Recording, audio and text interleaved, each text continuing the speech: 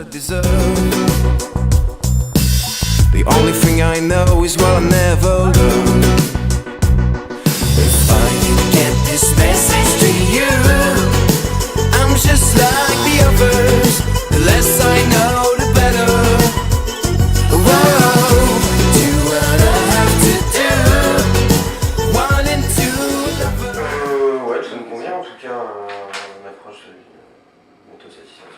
Je citerai Jean-Jacques Goldman en disant avec du temps, du talent et du cœur, ainsi passer la vie au fil de ses heures. Et l'important c'est d'être loin des beaux discours et des grandes théories finalement. Et puis Sa place, chaque jour. on peut dire de lui. Qui branchait du midi. Non, comment on se perfectionne comment on maîtrise toutes ces disciplines-là, c'est qu'on avait envie d'un gros résultat, là je parle pour le live, qui aille au-delà de la musique, quoi. C'est qu'on avait un show musical avec nos instruments, on s'est joué, on est instrumentistes tous les deux, mais on est parti du postulat que c'était en 2017, il fallait pas juste faire un concert avec des instruments, il fallait inclure d'autres choses. Comme le dit Ségara, aller plus haut. C'est pas Ségara, c'est Tina Arena qui Tina Arena dit aller plus haut. Et comment faire de l'image, comment gérer ça assez rapidement, sans d'énormes moyens, on aurait pu déléguer tous ces chantiers à d'autres personnes, et en le faisant nous-mêmes. Donc on avait des envies, on avait une certaine créativité, on est assez impatient, on n'avait pas beaucoup de fric, donc on s'est dit qu'on allait tout faire nous-mêmes. Et on a appris sur le tard, maintenant on a la chance d'avoir la meilleure formation du monde, qui est YouTube. On est tutoriaux, et puis on maîtrisait pas le montage, enfin en tout cas la post-production sur After Effects, on regarde des tutos sur After Effects. On bosse, on se fait des petits exercices, et puis on arrive au résultat escompté à force de labeur, quoi. Ça a duré 10 mois cette année, on a commencé en janvier, et on présente le show à la Cigale ce soir. On est très content. En résumé, ce que vient d'expliquer très bien Raphaël, c'est qu'on aime apprendre en fait. Ça c'est hyper important et c'est un truc, je sais pas, que j'ai toujours eu en moi et que Raphaël, pareil, quand on sait pas quelque chose, on apprend à le faire en fait. On se dit pas non, on va pas le faire, on se dit pas on va demander à quelqu'un de le faire, on le fait nous-mêmes, on apprend. Donc c'est valable pour souder un câble, c'est valable pour faire une vidéo, c'est valable pour faire de la musique. De toute façon, depuis le début, moi j'ai jamais pris un cours de musique de ma vie. Je me donnais une guitare, j'ai fait voilà. Après, je l'ai branché dans mon ordinateur, j'ai fait là, je peux l'enregistrer, et ça exponentiel à tout, mais apprendre quoi. Apprendre par nos propres moyens. Oui et non. On est quand même assez multitâches tous les deux, on peut très bien. On est multitâches tous les deux, on a des affections particulières chacun. Il y a des tâches qui me paraissent rébarbatives qui ne le sont pas pour Clem et réciproquement. Comment on se répartit les tâches, il n'y a pas vraiment de modèle quoi. C'est vrai que sur une production d'album, il y a l'ordinateur dans lequel on enregistre tout, et quand je lâche la souris et que je me lève pour aller faire un truc, Raphaël peut reprendre le workflow directement sans qu'on se pose de questions. Après il est plus jeune que moi, il y a des trucs pour lesquels il va plus vite, et moi je suis plus vieux que lui, donc il y a des trucs pour lesquels je suis plus sage peut-être. Parfait. Les deux en fait, c'est-à-dire que la particularité aussi de Alb avant cet album, c'est qu'il mettait beaucoup de temps à faire des choses et des chansons, et que particulièrement parce que j'avais pas vraiment de label et de finalité, donc dans ce cas-là tu prends ton temps, ton album il peut durer 5 ans, il y a personne qui l'attend, et quand l'album précédent est sorti, on a enchaîné sur une tournée qui a duré presque 2 ans, et une fois la fin de la tournée arrivée, j'ai pas écrit beaucoup de chansons, on s'était vraiment concentré déjà sur le tout et sur tout ce qui se passait à ce moment-là, l'histoire de la musique, etc. Enfin, plein de choses qui se sont passées, qui nous ont pris beaucoup de temps. 2015. Ouais, en 2015, ouais. On a fini la tournée toute fin 2015. Alors qu'à la base, elle devait se terminer fin 2014. Des victoires de la musique, donc relancement de date, on est reparti pour quasiment 1 an. Et on s'est rendu compte que le temps de faire un album, si on voulait qu'il sorte en 2017, il fallait faire tout de suite parce que l'album précédent était déjà sorti en 2014. Donc il fallait se dépêcher si on ne voulait pas avoir 4-5 ans d'écart avec le précédent. Alors pour nous, c'était hier. Bon, voilà, donc c'est devenu une forme de challenge, c'est de se dire ok, bon, tentons-le, 1 an pour faire un album, c'est la contrainte, mais c'est aussi ce qui va être intéressant. C'est ça, ouais. De manière générale, moi je trouve que la contrainte ça nourrit vachement la créativité parce qu'on s'impose des choix, une autre méthodologie et une intransigeance aussi envers soi-même, je trouve. Et du coup, ça. Je dirais pas que ça nourrit la créativité, ça nourrit la finalité. Oui. C'est pas forcément ce qui te rend plus créatif, en tout cas c'est ce qui t'impose de faire des choix et des choix drastiques. Qui était une forme de créativité finalement, savoir faire des choix en tout cas au moment. Sur l'instant quoi. Et là on a eu beaucoup beaucoup de choix à faire pour le coup, et c'est bien, du coup ça a ouvert des portes à des genres musicaux, à des formats de chansons différents je pense. Oui, du coup, on s'est donné aucune limite en fait. On s'est donné un an pour faire des chansons, une espèce de tranche de vie de ce qui se passait dans notre vie, dans notre tête, voilà, et ce qu'on avait envie de faire musicalement, par rapport à la musique qu'on écoutait aussi à ce moment-là. Il y a un côté très. Enfin, pas réfléchi, genre on va faire un album comme ça, il y aura le début qui sera comme si. Enfin, ce qu'elle fait Pas prémédité, en fait. Rien n'était prémédité en fait, c'est beaucoup plus naturel et beaucoup plus. Donc ouais, Spontané, sincère d'une certaine manière, parce que c'est assez fidèle aux émotions qu'on pouvait avoir au fur et à mesure de la création de l'album. Il y a des morceaux qui sont hyper joyeux, d'autres qui sont hyper tristes, d'autres qui vont taper dans un genre qu'on aurait pas pu exploiter, en tout cas on se serait pas dit on va faire ça, on y serait revenu à plein d'autres reprises peut-être. Et là l'envie c'était de faire ça parce qu'on écoutait ce genre de musique, on y allait à fond. Et c'est un album qui est nourri d'instantané, c'est un album Instagram avec des hashtags différents sur chaque chanson quoi. J'aime bien cette formule. C'est jeune ça. Alors, parlons. C'est plus un album Spotify en tout cas. Pour revenir à la genèse des albums précédents, quand j'ai fait le Manche Disque en 2007, il y a 10 ans maintenant, dans ma tête c'était mon premier et mon dernier CD quoi. C'est-à-dire que c'était fini les disques, on avait pu en vendre, donc c'était un CD. L'idée c'était de faire un CD. Le deuxième album, le Come Out Is Beautiful, je m'accrochais à l'idée de faire un album, vraiment un album qu'on écoute en entier, à l'ancienne quoi, comme les disques des Pink Floyd, etc. Ou ces disques magiques que tu mets du début à la fin et que ça te raconte une histoire, et c'est génial.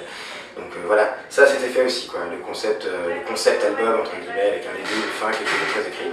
Donc là l'idée c'était un album d'instantané, vraiment effectivement comme a dit Raphaël, c'est ça vraiment. Tu peux l'écouter en aléatoire, ce qui est généralement le cas parce que sur Spotify les gens écoutent une chanson, écoutent une autre chanson, mais ils se mettent pas l'album dans la continuité de A à Z quoi. À part le morceau d'intro, enfin le premier morceau de l'album et le dernier morceau de l'album qui se justifiaient vraiment à cette place-là et qui ont été pensés pour être, qui est d'ailleurs notre intro de live, etc.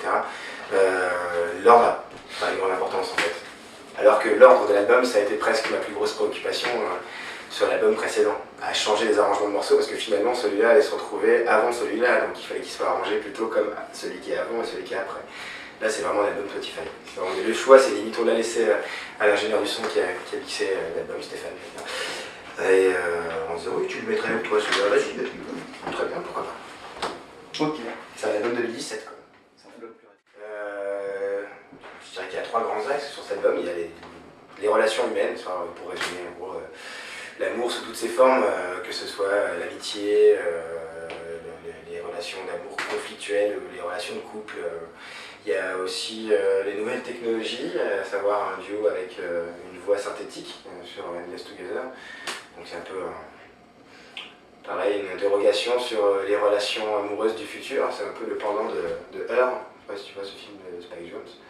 Donc une relation avec un humanoïde, à savoir une personne virtuelle en fait qui n'existe pas. Je pense que ça nous arrivera dans une dizaine d'années. On se posera plus la question. On parlera plus à des meufs sur Tinder, on parlera des potes quoi, mais ça fera exactement la même chose. Et on pourra en tomber amoureux, etc. Enfin, il y a un morceau sur ce thème. Et en termes d'actualité, il y a un morceau qui a été évidemment nourri par les attentats de Paris. Après, j'en parle à ma façon et voilà, c'est plus sur ce qu'il en résulte en termes de comportement entre les gens et ce qui a changé finalement dans notre relation à Paris et à la ville et au déplacement et tout ce qu'on ne peut plus faire sans y penser depuis que ça s'est passé. Après c'est pas un morceau très revendicateur ou je sais pas comment dire, c'est plus c'est chouette, c'est quand même des sentiments personnels qui sont un peu extrapolés mais jamais de velléité de moralisateur ou de chansons qui défendent chansons. Voilà. Et pour l'entertainment. Ouais, pour les influences musicales, c'est assez simple, c'est plutôt black music. Et si on doit citer des exemples précis, ce serait le dernier album de Kanye West, The Life of Pablo, que j'ai beaucoup écouté, qui est revenu souvent, qu'on avait des choix à faire sur des timbres. La question que ferait Kanye West dans cette situation avec Ouais, il y a ça. Et Stevie Wonder, parce que. Ouais, une grosse start sur Stevie Wonder que je connaissais assez peu, honnêtement, et que j'ai beaucoup découvert ces dernières années. Je suis même allé voir un concert à Londres, la tarte de ma vie, mais le plus beau live de toute ma vie, honnêtement, vraiment. Si vous avez la chance de voir Stevie Wonder un jour, je vous recommande. Ouais. C'est que de l'amour, c'est que de la danse, c'est que du bonheur, c'est que du partage. 3h30 de love et de fesses qui bougent. Tu sais même pas pourquoi, parce que je danse pas, mais tu danses quand même en fait, parce que c'est des balades. Voilà. Bon bref, ça fait partie des deux influences majeures. J'aurais bien voulu aller voir Bertrand Burgala parce que c'est vraiment quelqu'un que j'adore, et j'adore le label Tricatel, et je sais, j'ai vu qu'il jouait aujourd'hui. Je sais pas où, ouais, pour ma part, moi j'aurais bien aimé voir les Black Bones qui jouent au Duo Barbara C'est vrai, en ce maintenant. moment même, et c'est voilà. C'est Ça dur, ouais. Reformation d'anciens membres des Bewitchens, je sais pas si tu vois ce groupe de Reims. Non, mais Black Bones, j'en ai entendu parler. Qui ont un concept assez Salut, chaud. il n'a pas entendu parler des Bewitchens, mais il connaît déjà les Black Bones. Ça veut dire ça.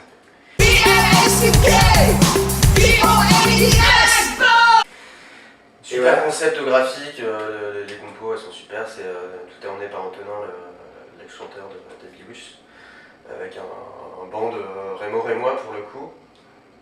Ça joue, c'est dansant, c'est joli à voir, il faut plaisir, t'as le smile quand tu ressors du concert. Sauf sur des très gros efforts scéniques. Hein, Et il y a un album qui vient de sortir, je vous conseille de l'écouter. Il est super. il y avait Abstract Kilogramme aussi, que j'avais bien vu. Qui donc? Abstract Kilogramme. Je ne connais pas. En vrai, c'est comme d'hab. De toute façon, on avait un live hier, on avait une conférence, et puis après dodo, et puis là, puis tout à l'heure, c'est les balances, c'est voir rien. Au festival, moi j'aime bien. Ouais, je serais bien allé au Buspa, voir Mylan aussi, il y a plein de trucs qui m'intéressent, mais à mon avis, on va plutôt être arrangé à la cigale. Tourner. Jusqu'à 2058 sans s'arrêter. Ça a commencé par des petites smacks et ça finira par une semaine complète au Stade de France, espérons. Enfin, un qui permet moins d'ici. Non, l'idée c'est quelques dates là, en Europe, un peu en France jusqu'à la fin de l'année, mais quand je dis quelques dates, c'est plutôt ça se compte sur les doigts d'une, voire de deux mains. Et puis grosse tournée, on l'espère pour 2018. Qui commence dès la fin de l'hiver, on va dire dès février, et qui, espérons, nous emmènera sur les festivals à l'été 2018. Oui, enfin, espérons, on a 40 dates de bouquet au printemps, donc il faut arrêter de dire espérons maintenant. Ouais, ça écoute. Donc. Un festival en particulier? Ouais, moi j'adorerais jouer à Beauregard parce que je Parce que suis c'est l'enfant chez du pays et j'ai envie de jouer là-bas. Ouais, bah, je l'accompagne. C'est le festival qui a le meilleur accueil, c'était voté. Ok, bon bah tentez. On a fait le Cabaret Vert, qui est un festival qu'on adore, c'était déjà moi, la 4e fois qu'ils vont jouer sur ce festival. Et que Beauregard, moi j'ai jamais joué là-bas, ça me dirait bien aussi, vraiment.